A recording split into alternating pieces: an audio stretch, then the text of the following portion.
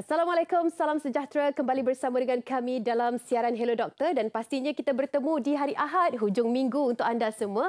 Selesa-selesakan keadaan kerana kita bakal berkongsi dengan anda satu tajuk yang agak penting iaitu penyakit jantung kanak-kanak. Bersama saya Ani Mizati untuk 21 Mei 2023. Kepada anda semua yang mungkin belum lagi mengikuti kami di Facebook, sila ikuti kami di Facebook Hello Doktor TV3 kerana di situ anda boleh titipkan sebarang soalan, sebarang pertanyaan bersama-sama untuk memeriahkan lagi diskusi kami dalam Hello Doktor bersama dengan seorang pakar dari Ketua Jabatan dan Pakar Perunding Kardiologi Pediatrik Institut Jantung Negara. Ini sangat penting kerana ramai di antara kita yang mungkin tidak mengendahkan tentang aduan daripada anak-anak kita berkaitan dengan simptom sakit dada, mak, ayah, saya sakit dada dan mungkin ianya berulang. Adakah ianya berpunca daripada keradangan? Kita nampak mungkin keabnormalan injap ataupun mungkin sakit sendi sahaja. Semua itu kita akan perhalusi satu persatu daripada bagaimana ianya terjadi, faktor-faktor dan juga apakah rawatan terbaik selepas diagnosis diberikan daripada doktor anda. Jadi ikuti kami dalam diskusi yang sememangnya 1 jam padat dengan pengisian berkaitan dengan penyakit jantung kanak-kanak. Hello Doktor TV3 Facebook ada ruangan untuk anda titipkan sebarang komen seperti mana yang tertera di kaca TV anda. Okey, untuk permulaan bagi perbincangan kita bagi tajuk pada hari ini, kita nak kongsikan bersama dengan anda berkaitan dengan statistik penyakit jantung bagi kanak-kanak di Malaysia. Jom sama-sama kita saksikan. Penyakit jantung ialah masalah kesihatan yang tidak hanya menyerang golongan dewasa. Kanak-kanak juga berisiko mengalami masalah ini. Berdasarkan statistik oleh Kementerian Kesihatan Malaysia KKM, insiden penyakit jantung kongenital CHD dalam kalangan kanak-kanak di Malaysia ialah 8 hingga 10 kes dalam 1000 kelahiran. Dikatakan pada tahun 2016 sahaja, terdapat 400 kanak-kanak di bawah umur 5 tahun yang mengalami sakit jantung meninggal dunia.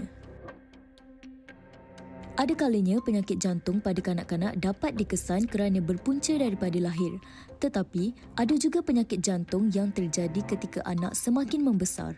Sehubungan itu, ibu bapa perlu memainkan peranan penting dalam melihat perubahan pada anak daripada segi kesihatan dan juga pembesaran mereka. Elok kalau kita mulakan dengan pengetahuan kepada anda semua sebagai ibu bapa ataupun tak kiralah siapa sahaja yang mempunyai kanak-kanak di bawah jagaan anda untuk mengetahui statistik supaya ada kesedaran berkaitan dengan penyakit jantung. Seperti mana yang dikongsikan, ada yang mungkin daripada sejak lahir ataupun ianya boleh berlaku dalam fasa kehidupan mereka sepanjang mereka membesar. Jadi apa yang perlu kita fahami tentang penyakit jantung ini? Haruslah kita bersama dengan yang lebih arif dan juga pakar dari Ketua Jabatan dan Pakar Perunding Kardiologi Pediatrik Institut Jantung Negara, Dr. Marhisham Cekmud bersama dengan kita. Assalamualaikum Dr. Baik Dr, terima kasih banyak-banyak hujung minggu tetap bersama dengan kami, begitu komited untuk berkongsi yang utama sekali pastinya berkaitan dengan topik kita penyakit jantung khususnya bagi kanak-kanak. Saya nampak anatomi jantung di hadapan ini, pastinya kita nak mulakan dengan mengenali apakah anatomi jantung itu sendiri. Silakan Doktor. Okey, terima kasih. Assalamualaikum. Waalaikumsalam. Baik, sekiranya sebelum kita mengenal pasti apa penyakit jantung yang terjadi pada kanak-kanak, saya terangkan dulu apakah anatomi yang biasa ada pada jantung yang normal. Okey, so this is jantung kita dan saya buka ke dalamnya. Okey. So yang paling penting adalah jantung ini terbahagi kepada 4 bahagian. Okey, iaitu 2 bilik pada sebelah kanan jantung dan 2 bilik pada sebelah kiri jantung. Dan sebelah kanan jantung, tugasnya adalah membawa darah yang kurang oksigen masuk ke dalam bilik atas jantung, lalu injap dan pergi ke pam utama sebelah kanan dan seterusnya pam darah yang kurang oksigen tadi ke paru-paru. Dan kita tarik nafas, tukar oksigen dan darah yang sudah ada oksigen akan masuk ke sebelah kiri jantung, bilik atas, melalui injap pergi ke sebelah kiri jantung iaitu pam utama dan melalui injap pam darah ke seluruh badan untuk kita guna. Darah yang sudah kaya oksigen.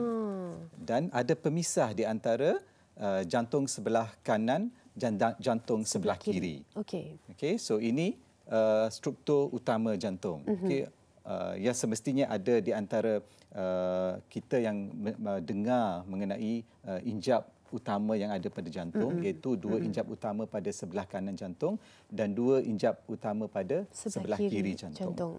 Ini secara awalnya, kalau anda dapat gambaran yang lebih jelas lagi seperti mana yang dikongsikan oleh doktor sebentar tadi, dan kita fokuskan kepada jenis penyakit yang lazimnya boleh berlaku terhadap kanak-kanak. Mungkin doktor nak sentuhkan permulaannya bagaimana? Okey. So, perbezaan di antara penyakit jantung kanak-kanak dan juga penyakit jantung orang dewasa. Orang dewasa menjurus lebih kepada lemah jantung ataupun terdapat saluran darah koronari yang tersumbat. Okey, di luar permukaan jantung ini ada saluran darah koronari yang membekalkan oksigen kepada otot jantung. Dan sekiranya berlaku blocking ataupun penyumbatan kepada saluran darah koronari dan ia menyebabkan lemah jantung, heart attack, serangan jantung, cardiac arrest dan sebagainya. Cardiac arrest, rentak jantung yang tidak normal. Tetapi kepada kanak-kanak ataupun penyakit jantung congenital, dia lebih kepada abnormality kepada struktur jantung. Okey. Contohnya, sama ada berlaku lubang di antara bilik atas jantung, lubang di antara 2 bilik utama jantung, iaitu di bilik bawah, ataupun berlaku abnormality kepada injap jantung. Sama ada injapnya sempit ataupun pam jantung itu terbalik ataupun ada saluran darah yang tidak normal. Okay. So dia menjurus lebih kepada struktur jantung itu sendiri. So tidak sama dengan penyakit jantung yang kita lalui di kalangan orang dewasa. Dalam kalangan orang dewasa. Kerana dalam kalangan orang dewasa mungkin penggunaan jantung tu dia dah berada pada fasa yang tertentu sudah lama. Tapi kalau kanak-kanak ni mungkin dengan lifestyle dan sebagainya, sebab tu ianya dikaitkan dengan struktur jantung itu sendiri. Selalunya adakah ianya berpunca daripada perbezaan antara injap ke ataupun kondisi struktur yang lain dengan simptom yang dilalui oleh anak-anak? Dapatkah kita bezakan dari sudut simptom yang dialami oleh kanak-kanak tersebut? Betul.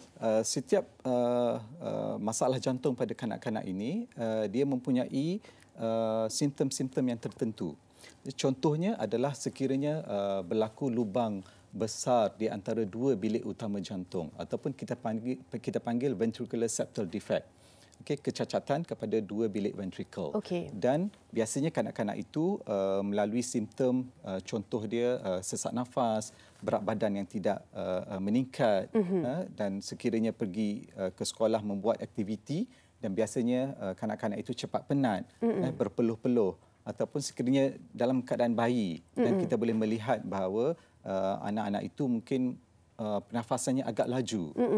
Dan itu lebih kepada masalah jantung pada pam utama jantung. Okay. Dan sekiranya injap sempit, contohnya ada lubang dan injap itu sempit, dia lebih kepada masalah mungkin warna kulit. Yang kita tengok bayi ataupun kanak-kanak yang ada biru, itu lebih kepada masalah lubang jantung dan juga injap yang sempit. Okay. Sama juga dengan sekiranya saluran darah itu terbalik. So, dan anak-anak itu biasanya warnanya kelihatan seperti kebiru-biruan. So, dia punya simptom tu lebih kepada menjurus kepada bagaimana faktor masalah jantung itu sendiri. Okey, berpuncanya dari struktur yang mana, kondisi yang bagaimana. Okey. Dan tidak sama macam orang dewasa yang mempunyai serangan jantung. Kanak-kanak biasanya dia tidak mempunyai sakit jantung. Contoh dia sakit dada. Sakit dada itu biasanya lebih kepada sudah berlaku komplikasi keadaan jantung itu sendiri. Okey, itu dia sedikit perbezaan kalau anda nak mengetahui apakah simptom yang dilalui oleh kanak-kanak dan perbezaan sedikit kalau kita bandingkan dengan penyakit jantung bagi orang dewasa. Kita nak rehat seketika, tapi sebelum tu kita nak saksikan soalan dari rakan kita di Facebook. Kali ini dari Encik Fadli Azam. Kalau ibu ataupun ayah seorang perokok atau vapor, adakah boleh efek kepada jantung anak juga? Okey, soalan yang baik. Saya kira penjelasan yang memeritkan seketika nanti. Kita nak teruskan bersama dengan anda dalam Hello Doktor, tapi nak rehat seketika, kembali selepas ini.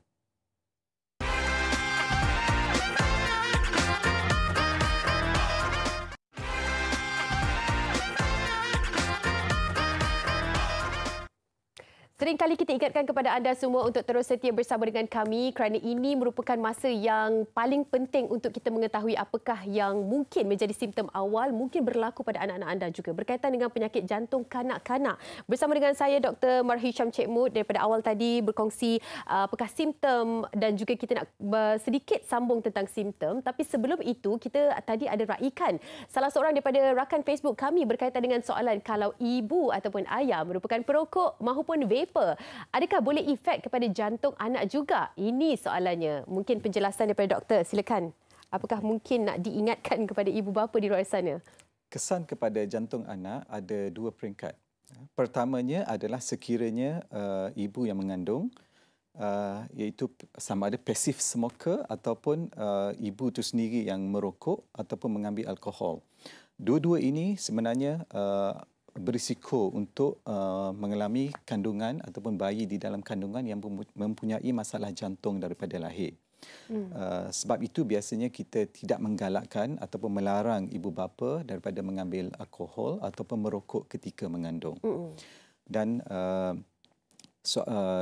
grup yang kedua tadi adalah sekiranya anak itu mungkin lahir dalam keadaan jantung yang normal, tetapi terdedah kepada smoker, persekitarannya sama ada daripada ibu ataupun bapa, dan dia lebih kepada penyakit jantung orang dewasa, iaitu coronary heart disease. Penyakit jantung koronari. Maknanya semakin membesar, semakin dia berisiko. Berisiko. Maknanya tidak semestinya berlaku pada apabila kanak-kanak itu di peringkat umur yang kecil. Tetapi mungkin dia berisiko apabila dia meningkat dewasa.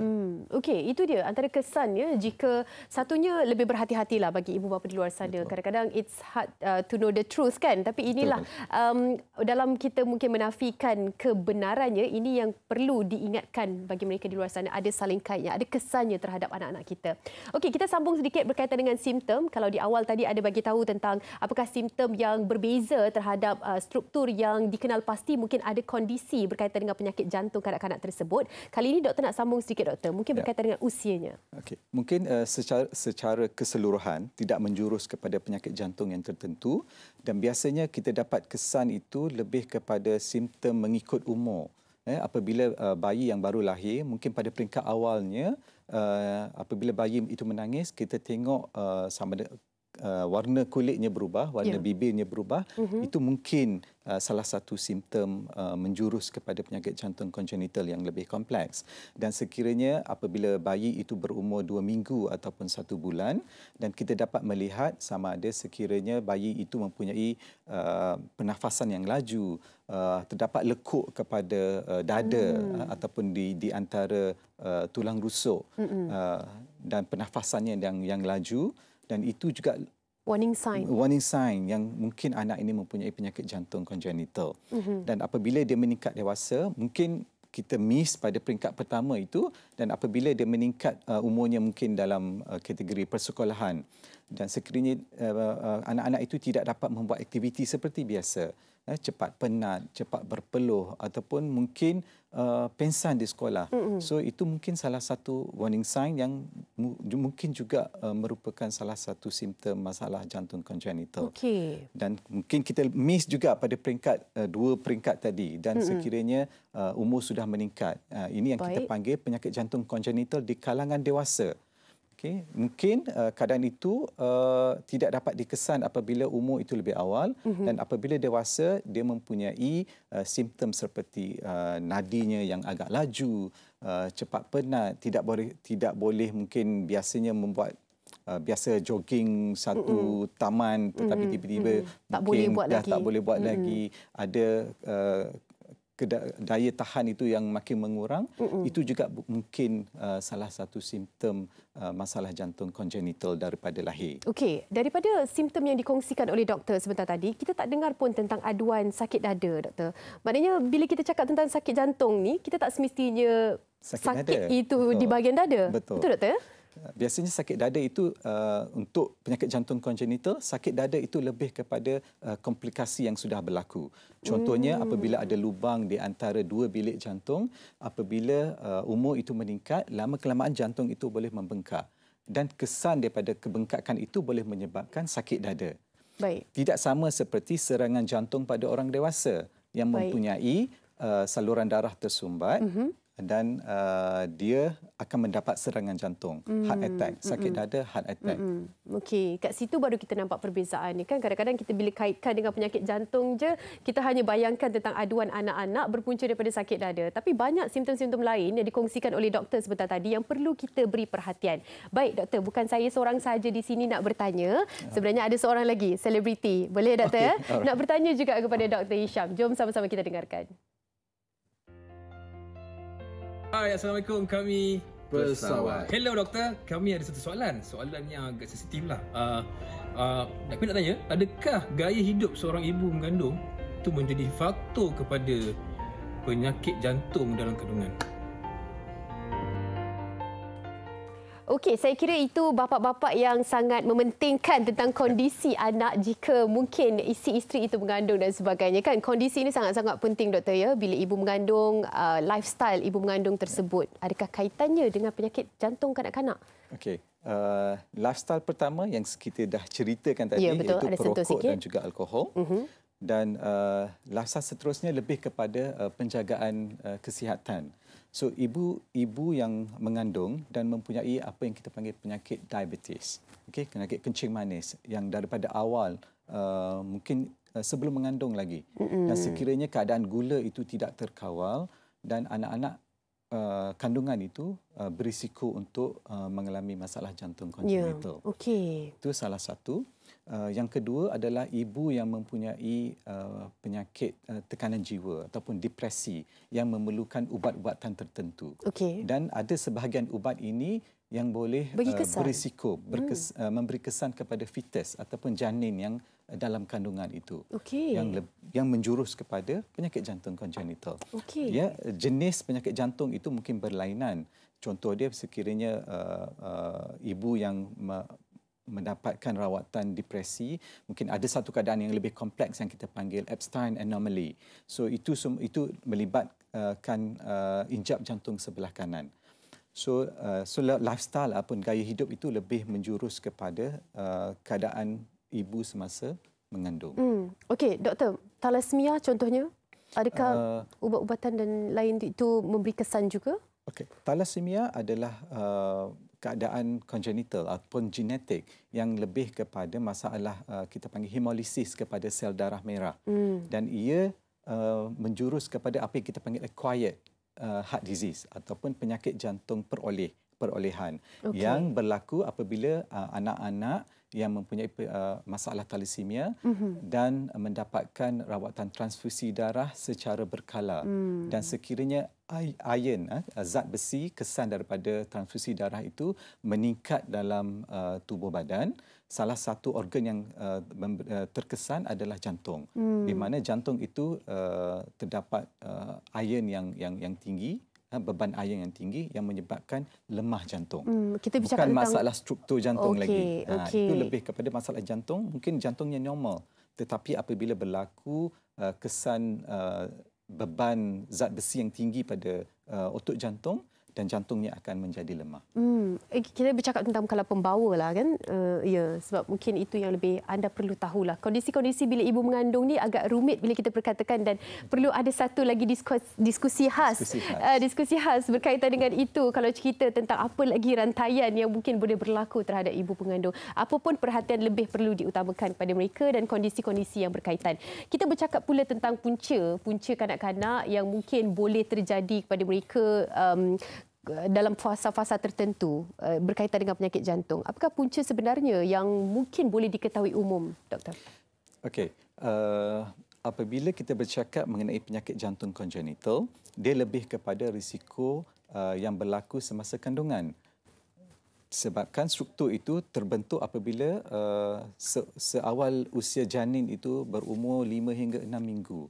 Dan pembentukan jantung pada janin itu sekiranya terdedah kepada keadaan-keadaan tertentu seperti yang saya ceritakan tadi, ibu yang mengalami kencing manis yang tidak terkawal, masalah depresi, ubat kesan depresi ataupun masalah ubatan daripada epilepsi, ataupun ibu yang merokok ataupun mengambil alkohol. Ya, okey. Itu yang kita tahu dan ada juga sebahagian lagi yang disebabkan oleh genetik.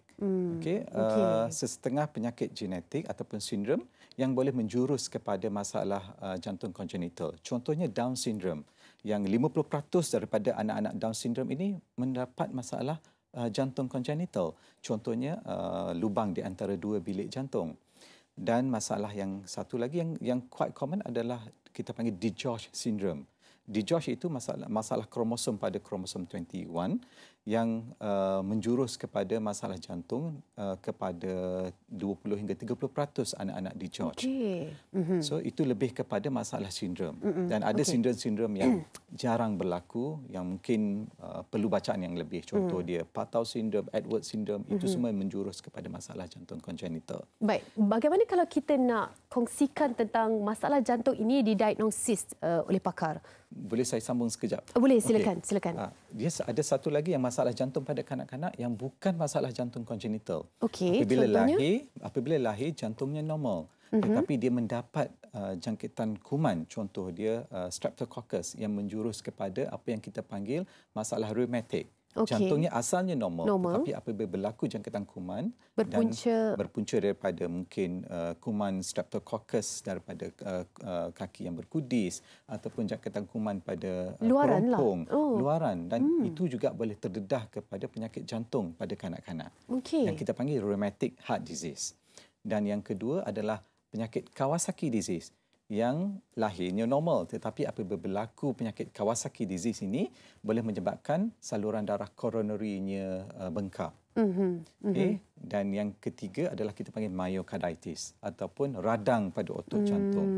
Lahir dalam keadaan normal, berlaku jangkitan virus contohnya dan menyebabkan otot jantung itu mengalami radang, contohnya COVID, yang boleh menyebabkan radang pada otot jantung. Okey, itu dia. Saya kira kalau di sini lengkap dengan bagaimana penjelasan daripada Dr. Hisham berkaitan dengan bagaimana punca-punca yang boleh berlakunya masalah jantung kanak-kanak. Jom kita santuni seorang lagi rakan kita di Facebook, Nur Dalila. Kali ini bertanya tentang anak saya baru disahkan menghidap jantung jenis ASD dan BSD pada umur 38 hari. Tapi masa mengandung saya ada buat detail scan pada kandungan 22 minggu, keputusan normal. Adakah detail scan tidak boleh dipercayai? Okey, alright. Ini sedikit luahan hati daripada ibu lah. Doktor, mungkin sedikit yang boleh dijelaskan berkaitan dengan usia yang sangat-sangat muda, 38 hari, doktor. Okey, so sebenarnya detail scan itu perlu dilakukan oleh doktor-doktor yang bertauliah, yang perlu di-train untuk melakukan fetal scan. Okay? Dan fetal scan ini termasuklah detail scan untuk melihat struktur jantung. Okay? Dan yang bagusnya kita boleh mengesan masalah jantung itu lebih awal, seawal kandungan 16 minggu. Dan seperti yang dinyatakan tadi, scan itu dilakukan pada usia kandungan 22 minggu. Betul. Dan sepatutnya struktur jantung itu boleh dilihat dengan jelas oleh pakar yang bertauliah. Dan sekiranya masalah jantung yang seperti yang dinyatakan itu memerlukan rawatan yang khusus dan perlu dirujuk kepada bahagian pediatrik kardiologi. Ya, sepatutnya ialah ini mungkin antara yang perlu anda tahu. Sepatutnya 16 minggu kalau mungkin dibuat oleh mereka yang bertauliah seperti mana yang dikabarkan oleh doktor sebentar tadi. Terima kasih Puan Nur Dalila, sedikit sebanyak penjelasan doktor harapnya dapat membantu anda untuk memahami kondisi ini. Kepada anda semua jangan lupa untuk titipkan lagi soalan maupun pengalaman anda, kita akan raikan di Facebook Hello Doktor TV3. Tapi kita nak rehat sekejap. Kembali selepas ini hanya di Hello Doktor.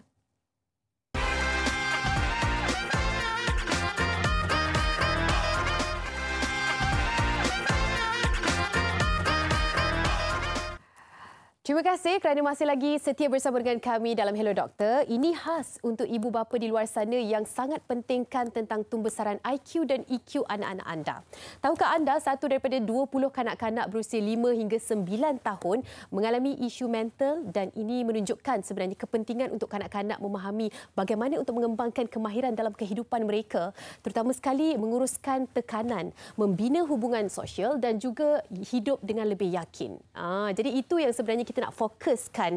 Bukan sahaja itu, pastinya kepentingan untuk pembesaran IQ dan EQ secara holistik yang pastinya ibu bapa di luar sana sangat-sangat nak tahu apakah caranya. Kita nak bantu dengan perkongsian ini, tapi bukan saya yang nak kongsikan. Saya akan bersama dengan Dr. Rakia Dev selaku pakar perunding pediatrik dari Pusat Perubatan Ara Damansara. Hello Doktor. Hai. Thank you so much. Terima kasih banyak-banyak bersama dengan kami. Doktor pasti nak kongsikan bagaimana sebenarnya dengan mengembangkan IQ dan EQ anak-anak ini, dan fasa yang mana dikatakan sangat-sangat penting untuk kita sebagai ibu bapa fokuskan.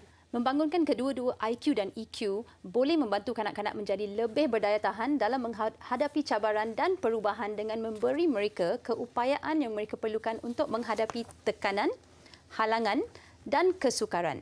Dan waktu yang paling penting untuk perkembangan IQ dan EQ adalah sebelum umur 5 tahun.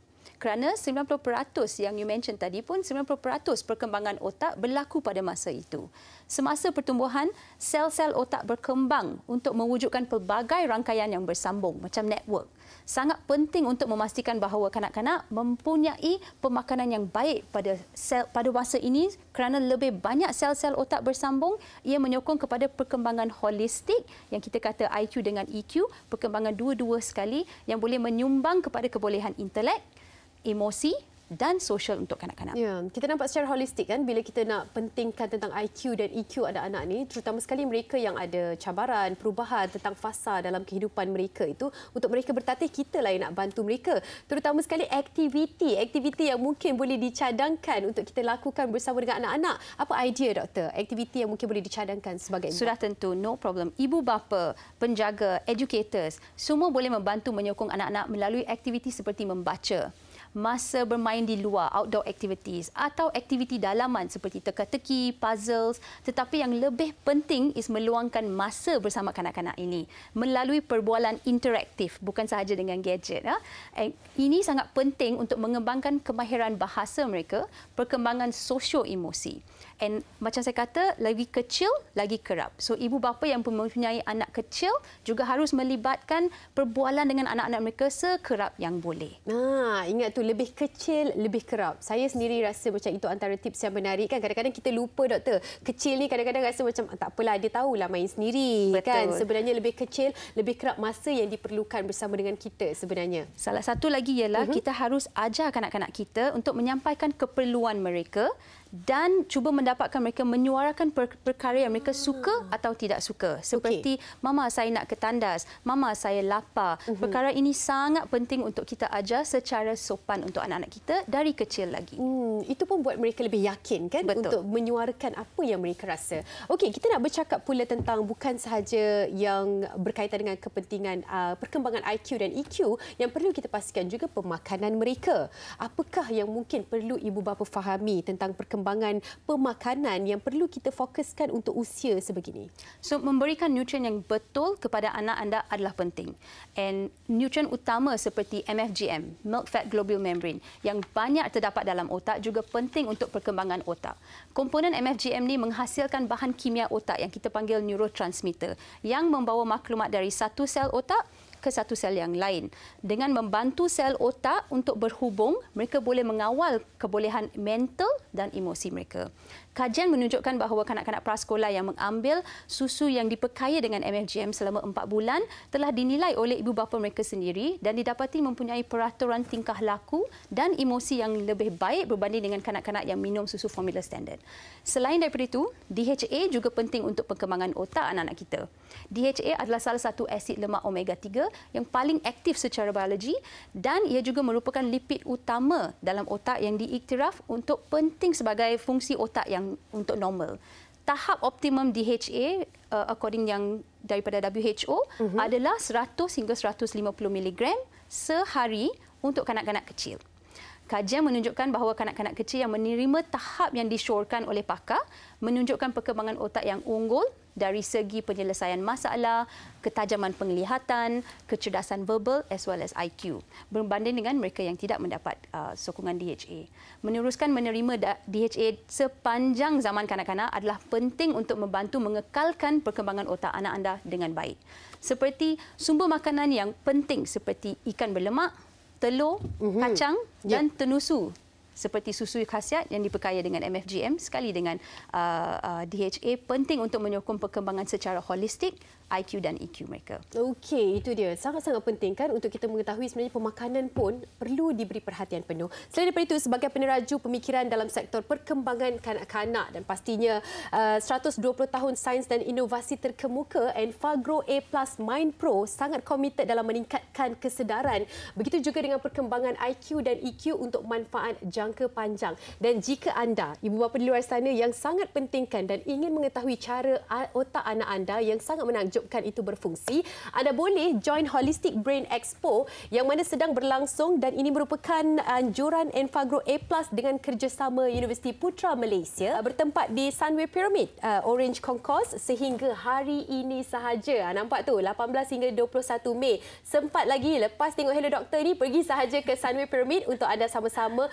menyaksikan apa lagi aktiviti menarik untuk Holistic Brain Expo. Terima kasih banyak-banyak kita ucapkan kepada Dr. Rakia Dev berkongsi dengan kita hari ini. Banyak sangat ilmu yang cukup bermanfaat terutama sekali kepada ibu bapa yang mempunyai anak fasa yang seperti mana kita kongsikan. Okey, kita nak kongsikan dan nak sambung perbincangan kita dengan laporan khas berkaitan dengan pembedahan jantung kanak-kanak. Sama-sama kita saksikan.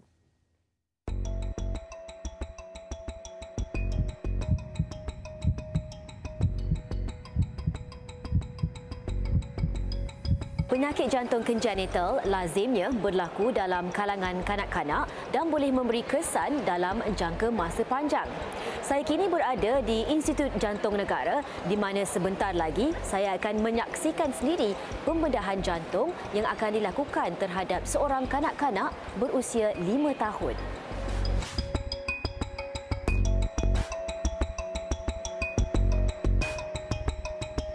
This particular surgery which we do, which is called the double switch operation. So the double switch operation has two components to it. One is the two atriums need to be switched over to the normal position. So that is one component. And the second component is going to be the switching of the great vessels that are coming out of the heart, that is the pulmonary artery and the aorta.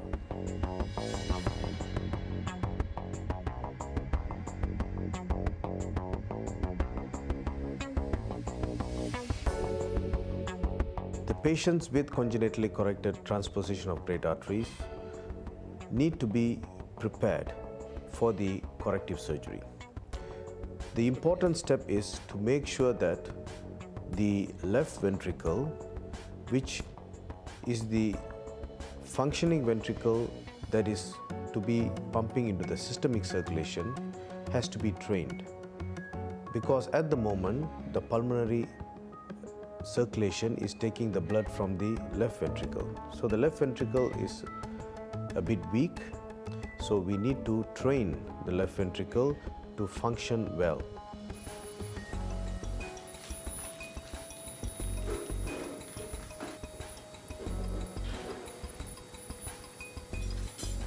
Pembedahan diketuai oleh Dr. Siva Kumar dan menurut doktor, kanak-kanak ini telah dikenal pasti mengalami masalah jantung sejak berusia 1 tahun.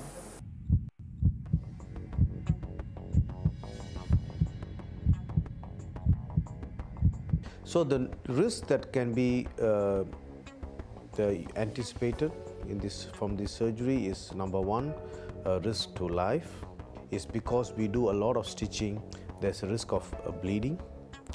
Number two, as we do this kind of connections inside the heart, so the connections inside the heart sometimes can get narrowed. What we have seen in the long term, the patients have performed much better, not only from the from their normal day-to-day activities, but there are patients who are also able to do more strenuous activities like sports because their ventricles have been restored to the normal anatomy.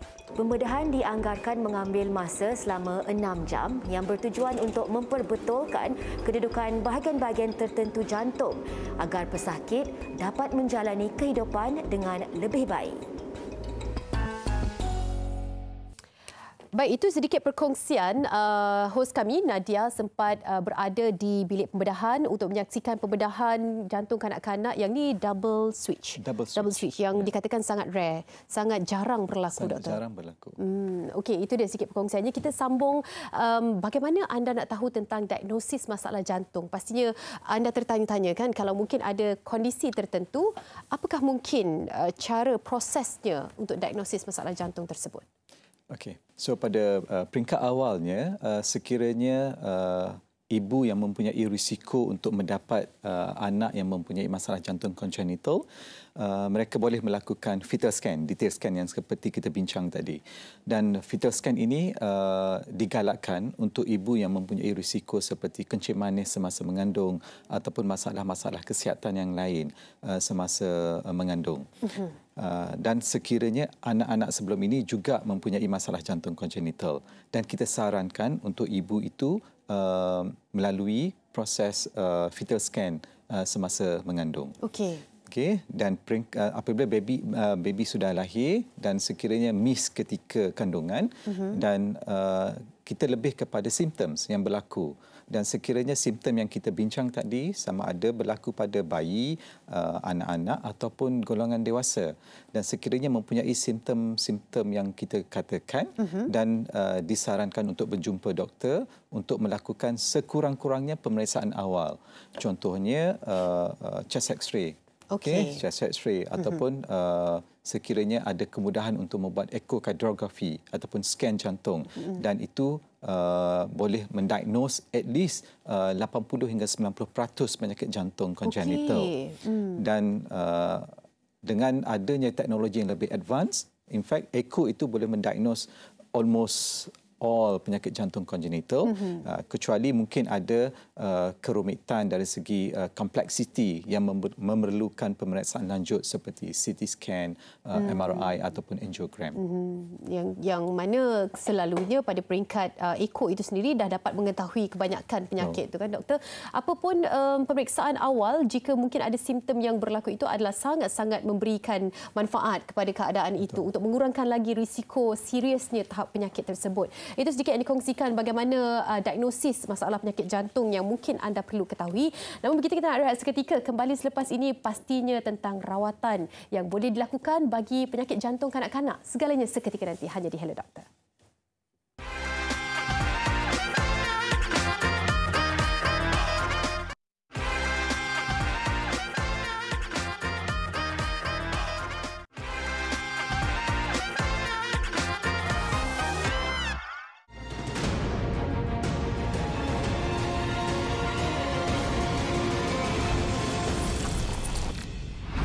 Hai semua, nama saya Dr. Gu Zaoping. Saya adalah seorang pakar patologi forensik dari Jabatan Patologi Forensik Pusat Perubatan Universiti Malaya. So, sebagai seorang pakar forensik, kerja utama saya adalah untuk mengendali kes-kes berdasar. So, pengendalian kes-kes berdasar ini bermula daripada jenazah sampai ke Jabatan Patologi Forensik. Selalunya kalau rutin saya adalah dari 7.30 sampai 4.30 petang. So first thing dari pagi kita akan cekkan cases yang untuk berdasar. Lepas tu kita akan sama juga menghubungi dengan polis dan ahli keluarga. Lepas tu mendapatkan detail cases. Lepas tu kita akan masuk pada case membuat berdasar. Semasa pada masa lapangan ataupun masa kekosongan, saya akan cekkan email untuk urusan rasmi. Lepas tu menyediakan laporan berdasar dengan menganalisa keputusan makmal, dan juga akan tengok slide histologi under mikroskop. Saya merasakan bidang forensik ini boleh memberi saya satu satisfaction of job. So untuk dia macam satu puzzle, maksud mencari satu kebenaran juga. So saya rasa pada bidang forensik ini tidak menakutkan. Saya rasa dia sangat mulia dan sangat seronok. Kita dapat pengalaman pergi ke tempat kejadian. Pada secara umumnya, berdasarkan kita boleh dibahagikan pada dua. Berdasarkan medical legal ataupun berdasarkan kes polis dan berdasarkan klinikal. So berdasarkan klinikal adalah kita perlu mendapatkan persetujuan daripada family members ataupun waris. Kebanyakan kes ni adalah untuk kajian perkembangan penyakit. So yang kes tu sangat-sangat jarang yang kita akan menjalankan. So untuk berdasarkan kes polis ataupun medical legal yang selalu kita hadapi day to day basis, yang ini adalah kebenaran daripada pihak polis. Asalnya adalah penyimpanan organ dalaman semasa berdasarkan dijalankan. So semasa berdasarkan dijalankan, kami akan memeriksa organ dalaman. Lepas tu kita selalunya akan mengambil secubis organ-organ tisu untuk analisa mamal, untuk histological examination. Kadang-kadang keputusan daripada berdasarkan untuk penting untuk ahli keluarga, misalnya untuk cases kita dapat detect penyakit yang boleh diwarisi, so ahli waris boleh pergi membuat checking seterusnya untuk mengelakkan kematian.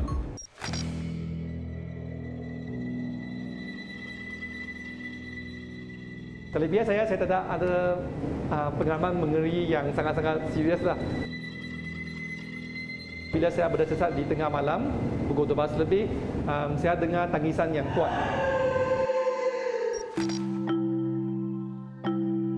Cabaran pertama asalnya adalah tentang komunikasi dengan waris.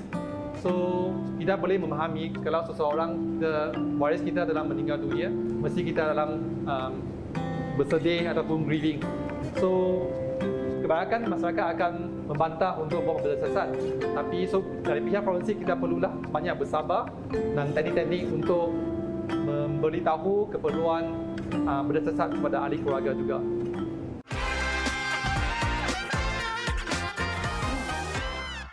Itu dia diary doktor berkongsi bagaimana pengalaman berada di unit forensik, yang pastinya ini juga pengalaman bagi wartawan kami untuk melihat sendiri keadaan di sana.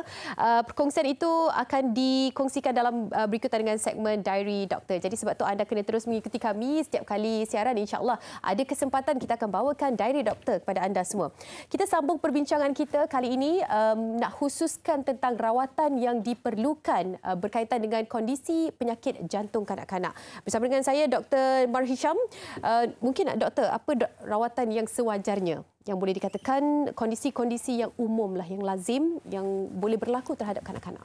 Okey, apabila kita bercakap mengenai penyakit jantung yang biasa berlaku pada kanak-kanak, iaitu penyakit struktur jantung ini, ada 4 keadaan utama yang biasanya menjurus kepada mungkin 40 hingga 50% keseluruhan penyakit jantung kongenital.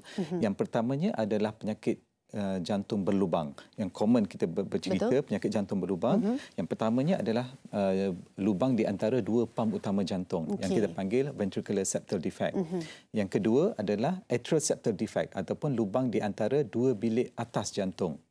Okey. Dan yang ketiga kita panggil PDA ataupun patent ductus arteriosus, yang saluran darah yang tidak normal yang menyambungkan saluran darah ke paru-paru dengan saluran darah ke badan. Okey. Dan ketiga-tiga peringkat ini dia boleh menyebabkan overflow kepada paru-paru. Dan paru-paru itu menerima lebih banyak darah. Itu pun kondisi yang lain. Dan itu yang menyebabkan kanak-kanak itu kadang-kadang sesak nafas ataupun nafasnya laju. Dan pelbagai simptom yang lain. Baik. So cara rawatan itu lebih kepada apa yang berlaku pada keadaan jantung. Dan tidak semestinya ada masalah jantung itu memerlukan rawatan. Antara keseluruhan penyakit jantung kongenital yang saya ceritakan, hanyalah 50 hingga 60% memerlukan rawatan. Selebihnya dia ada potensial untuk menutup dengan sendiri secara spontan, ataupun dia mengecil dengan sendiri dan tidak memberikan masalah simptom ataupun kesan pada jantung. Juga tidak memerlukan rawatan. Apa yang perlukan rawatan hanyalah pesakit yang mempunyai simptom kesan pada jantung ataupun organ yang lain seperti paru-paru, dan itu semua memerlukan cara rawatan yang bergantung kepada keadaan jantung. Contohnya cara rawatan ini ada pembedahan jantung, sama ada pembedahan jantung terbuka yang memerlukan operasi jantung, ataupun secara transkateter ataupun rawatan tanpa bedah. Yang kita boleh menggunakan teknologi terkini melalui saluran darah dekat pangkal peha dan masuk kepada ruang jantung, dan ada lubang pada jantung yang kita boleh tutup menggunakan alatan-alatan tertentu. Dan ada juga contohnya injap yang sempit yang kita boleh menggunakan belun untuk membuka injap yang sempit tersebut. Okey, itu antara rawatan, dan pastinya diagnosis awal tu sangat-sangat penting, doktor. Betul. Kan, untuk kita mengetahui sama ada rawatan itu tidak perlukan rawatan khusus seperti pembedahan dan sebagainya, ataupun sebenarnya ianya boleh ditutup menggunakan teknologi seperti mana yang doktor kongsikan tadi. Pentingnya untuk kita tahu diagnosis dahulu masalah jantung kanak-kanak kita. Okey, seterusnya kita nak kongsikan juga Mirah Amirah. Ini juga salah seorang daripada Facebook followers kami. Anak saya pernah menjalani pembedahan jantung pada usia 52 hari. Selepas pembedahan jantung, keadaan anak saya kritikal selama 1 bulan di CICU dan mengalami masalah renal impairment dan clinical pertussis. Alhamdulillah, selepas sebulan di CICU, anak saya kembali stabil dan memerlukan masa hampir 2 bulan di ward kerana memerlukan oksigen. Meskipun oksigen yang diperlukan ialah 0.5, saya ingin bertanya, adakah di usia 5 tahun sekarang saya masih perlu menghadkan aktiviti hariannya? Ya, terima kasih banyak-banyak Puan Mirah. Kemusykilan lah kan. Kadang-kadang ibu bapa dilema. Bila anak dah pernah mengalami kondisi itu, kita khawatir aktiviti yang didedahkan itu terlalu berat untuk mereka. Bagaimana perkongsiannya, doktor? Okey, mungkin maklumat yang kita dapat ini agak terhad. Masalahnya mungkin kita perlu tahu apa jenis pembedahan jantung yang telah dilakukan. Tetapi secara keseluruhan, sekiranya anak itu menjalani pembedahan jantung terbuka, kita tahu bahawa selepas pembedahan jantung terbuka itu, imun sistem anak-anak itu dalam keadaan yang rendah dan terdedah kepada jangkitan kuman tertentu. Dan 2 bulan pertama itu merupakan tempoh yang kritikal, 6 minggu hingga 2 bulan pertama. Dan sekiranya anak-anak itu terdedah kepada jangkitan kuman dan jangkitan kuman itu berlaku, dia boleh menyebabkan komplikasi yang seterusnya, yang lebih teruk. Contohnya, keadaan paru-paru yang tidak terkawal yang menyebabkan apa yang kita panggil chronic lung disease, penyakit pada paru-paru yang disebabkan oleh jangkitan kuman ataupun kesan kepada penyakit jantung kongenital sebelum yang tak dapat dikenal pasti pada peringkat awal. Dan ini semua menjurus kepada apa yang berlaku kepada bayi tadi yang memerlukan oksigen, dan di rumah juga memerlukan oksigen. Dan sama ada perlu hadkan aktiviti itu bergantung kepada keadaan jantung tertentu. Dan sekiranya jantungnya sudah recover, tidak memerlukan oksigen, mungkin secara perlahan-lahan kita boleh peringkatlah kan? Kita boleh mendedahkan anak itu kepada aktiviti harian. Yang seperti biasa. Okey, itu nasihat daripada doktor, dan mungkin secara generalnya doktor, apakah tips dan nasihat yang sangat-sangat penting saya kira kesempatan ini yang boleh diraih daripada doktor secara ringkasnya, silakan. Okey. Paling penting adalah pengesanan. Okey, dan sebab apa sahaja yang berlaku selepas itu, sama ada memerlukan rawatan ataupun komplikasi disebabkan penyakit jantung yang berlaku pada anak-anak ini, yang paling penting adalah pengesanan awal. Sekiranya pengesanan awal itu dibuat, insya-Allah cara rawatan boleh direkomendkan, dan insya-Allah kehidupan anak-anak itu lebih baik apabila jantungnya telah dirawat. Ya, itu dia sedikit pesanan daripada Dr. Marhisham Chekmud, Ketua Jabatan dan Pakar Perunding Kardiologi Pediatrik Institut Jantung Negara. Terima kasih banyak-banyak, Doktor. Banyak yang saya belajar, banyak juga yang ibu bapa di luar sana dapat manfaatkan, insya-Allah. Ikuti kami minggu hadapan dengan topik yang berbeza hanya di Hello Doktor. Saya Ani Mizati. Assalamualaikum. Jaga diri.